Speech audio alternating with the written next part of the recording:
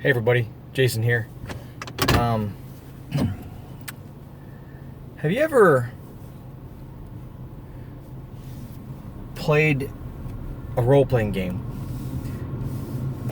Or should I say not played a role-playing game, but wish you had? Like a certain world you wanted to play in, or a certain IP, or just a specific game in general, even if it wasn't like an IP property like Star Wars or something like that. But is there anything you ever maybe had bought or your friends had played but you never got a chance to play, or just something you saw on the shelf but always wanted to play but never had? Like, for example, you played D&D but you never got to play in Planescape. That's what you always wanted to play, or something like that.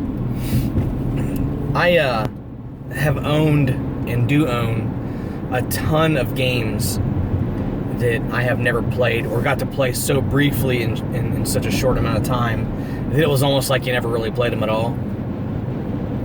I've had a couple games like that, where some games I buy just to read and really don't care if I ever play them, but just the idea of reading those books is fun. And then there are certain games I buy that's just like, man, I have got to play this game, I've got to play it, and then you just never really do. I've had a few like that, especially recently that I bought. I don't know if anybody's familiar with the Foo engine, FU, the free universal role-playing game.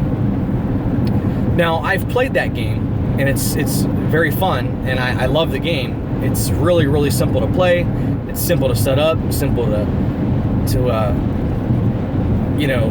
run as a GM, especially on the fly, because there's so little mechanics involved. In fact, that was a game we played where it was just me and two other guys, because two other people in our group couldn't make it that night. So we're like, well, instead of not playing anything, because we were at a spot where half the group was gone, missing, so we didn't want to go on our current campaign without those guys, because it was important. You don't want to do that. But so we're trying to decide, do we want to make up some first level characters and just run a basic D&D game, or do we want to what do we want to do? Do we want to play a different game? Because I always bring a couple of games with me to the game session, just in case something happens and there's nothing to do, and they want me to run something, even though I'm not the normal GM. But very rarely does that happen. Usually we'll play something else, like Star Wars. What's that board game? There's a number of Star Wars board games by Fantasy Flight Games. Is it Galactic Assault? No, I can't remember. Armada. I don't remember the name of the game. You have to take over there's a big map of the galaxy, and you have to, one player plays the Rebellion and one side plays the Imperials, and you gotta dominate planets and things like that. But which is an awesome game, really fun game. So we played Foo. Foo is a fantastic game. That was the one game we played where one of our guys, who is not really much of a role player, he doesn't really get into the whole role-playing aspect. He kind of just shows up and hangs out with the guys and rolls the dice, and it's kind of a social event for him. He's not a huge role player, which is, that's fine. It's his thing. But that was a game where, since the mechanics were so light and there were only two of them playing, sorry about this shaking. I need to get this setup changed or fixed or something. This is not working out very well. That he role-played the shit out of it, because there was really no other choice. The game was so rules light that you kind of have to role-play quite a bit, and he did it. He did really well. And it was the kind of game where you can really make it up on the fly, which is really nice. But Foo is a great game. So anyway, I've played Foo, but they actually licensed Foo out to a company called they should say they licensed Foo. There's a company called Vagrant Workshop who got now Foo is a free game. You can do whatever you want with it. You're given the rights and permission to do literally whatever you want with it. So Vagrant Workshop had used the rule set for Foo, modified it a little bit, and got the license to release a version of Earthdawn with it. I had the quick start packets for booklets for Earthdawn way back when first edition came out. Never got to play the quick starts. I think I might actually still have them somewhere. Never played Earth Dawn. It was one of those things where the quick starts were free, and I picked them up, and we ended up never playing it. But so this Vagrant Workshop released Earth Dawn with the Foo rule set system, and a modified version of it, a little more complicated. Quite honestly, I've read the book cover to cover a few times and still don't quite get the system because it's a little bit different than Foo. It's a little more complicated. Complicated in terms of being freeform, and I probably would have to play it with a couple of guys to understand how it really works. But that's one thing I would love to play is the Earth Dawn using the Foo rule system, or FU, or Foo, or Free Universal System. Sorry about the visor there. Another thing I've always wanted to play but have not yet had a chance to, come so close numerous times to being able to play, was Sharp Swords and Sinister Spells by Old Skull Publishing, which is also a free game, just like Free Universal. It's a free game. You can get it on Drive-Thru-RPG and stuff like that, which I highly recommend. It's such an awesome rules light system that is it's almost like Sword and Sorcery-esque.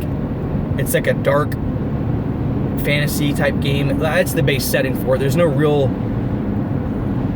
setting in the book, but all the flavor you get from the rules and the art insinuate a dark fantasy, which is it's a really cool little system. It's a roll under OSR style system. Barbarians and Basilisks, I've never played, by John M. Stater. Super cheap game, you can get it for a couple bucks on Drive-Thru and on Lulu. It's really amazing little system. Jason G over at Dark Age of Jason did a little review of it that I saw today, actually, which reminded me of that game. But our Barbarians and Basilisks, it runs on its own system, but it's super rules light without being narrative. It's not a narrative game, but it's also very rules light, which is really cool. It's very cinematic. It's more of a cinematic game than a narrative game, let's put it that way. So that's really cool. Some other stuff. Way back in the day, back in the early 90s, I want to say, I went to my local game store, the Guard Tower, here in Columbus, Ohio, and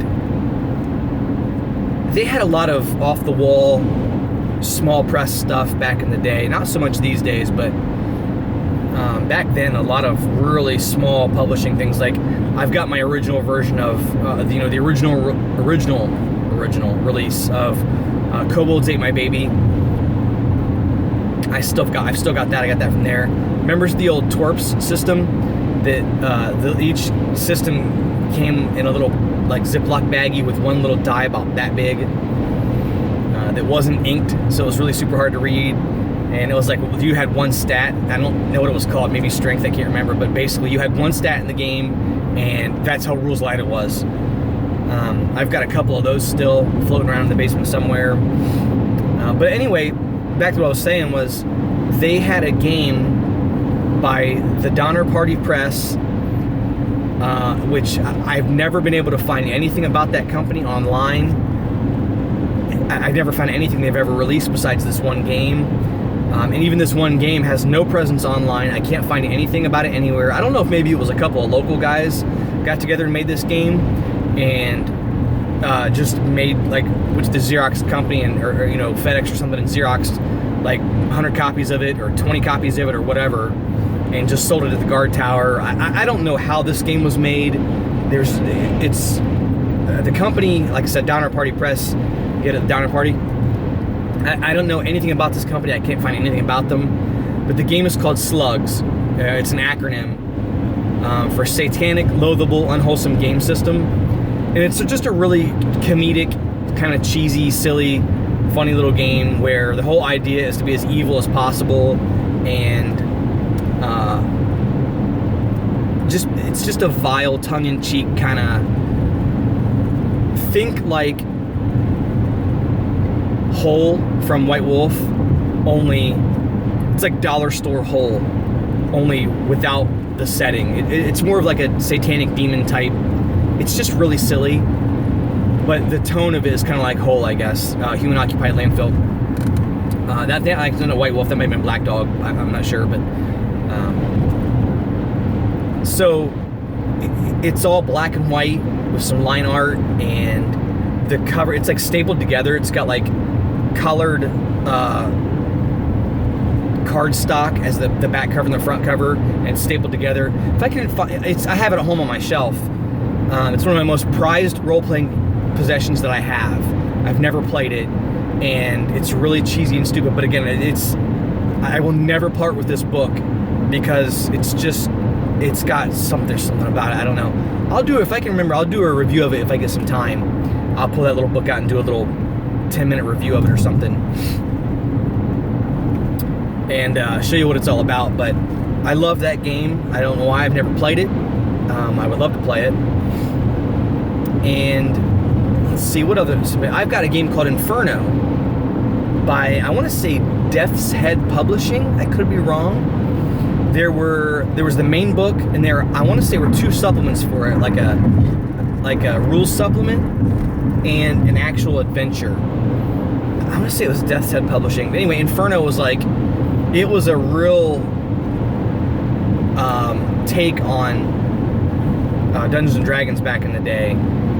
It was its own system, but it used D20, and it was a very 90s style system without too much crunch. It wasn't bad. All was line art inside the book. It was a good sized book. I should do a review of that someday too.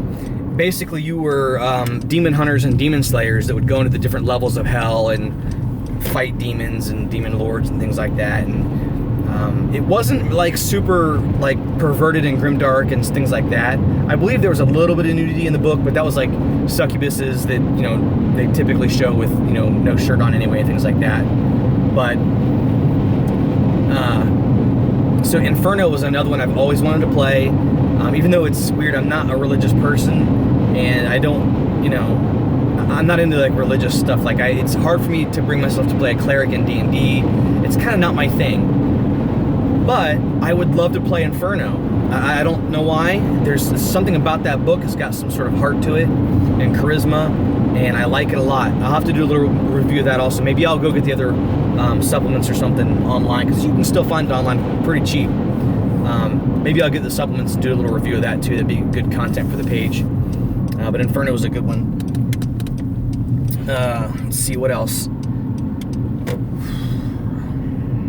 EverQuest D20, I played like this much of it. I played like that much of it.